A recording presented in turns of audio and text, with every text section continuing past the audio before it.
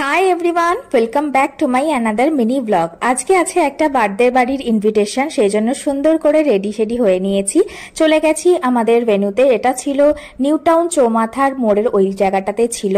হলের ভিতরে দেখি তখন লাইভ মিউজিকও হচ্ছে, আর এইদিকে দেখো বার্থডে বয় কিন্তু বন্ধুদের সাথে তখন খেলা করতে বিজি। বাচ্চারা যাতে বোর না হয় সেজন্য ওখানে অনেক কিছুই রাখা ছিল। এরপর চলে গেলাম আমরা স্টার্টার কাউন্টারের দিকে। স্টার্টারে কিন্তু বেশ কটা আইটেম ছিল, পনির, চিকেন, ফিশ, সবকিছুই আমি একটা করে নিয়েছিলাম, আর সাথে নিয়েছিলাম কোল্ড ড্রিঙ্কস। এগুলো খেয়ে কিছু ফটো ভিডিও তোলার পরে সোজা চলে গেছিলাম মেন কোর্সের দিকে। প্রথমে নিয়ে নিলাম থালা চামচ, আর তারপরে নিয়েছিলাম সালাড, রায়তা।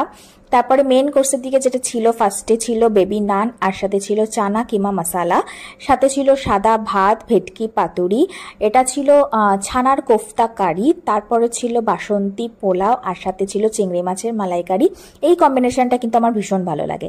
আর তারপরে ছিল আমাদের শোস্টপার কি মাটন বিরিয়ানি আর চিকেন কষা। তারপরে তো চাটনি, পাঁপড়, মিষ্টি সবকিছুই ছিল, আইসক্রিমও ছিল, জিলিপিও ছিল।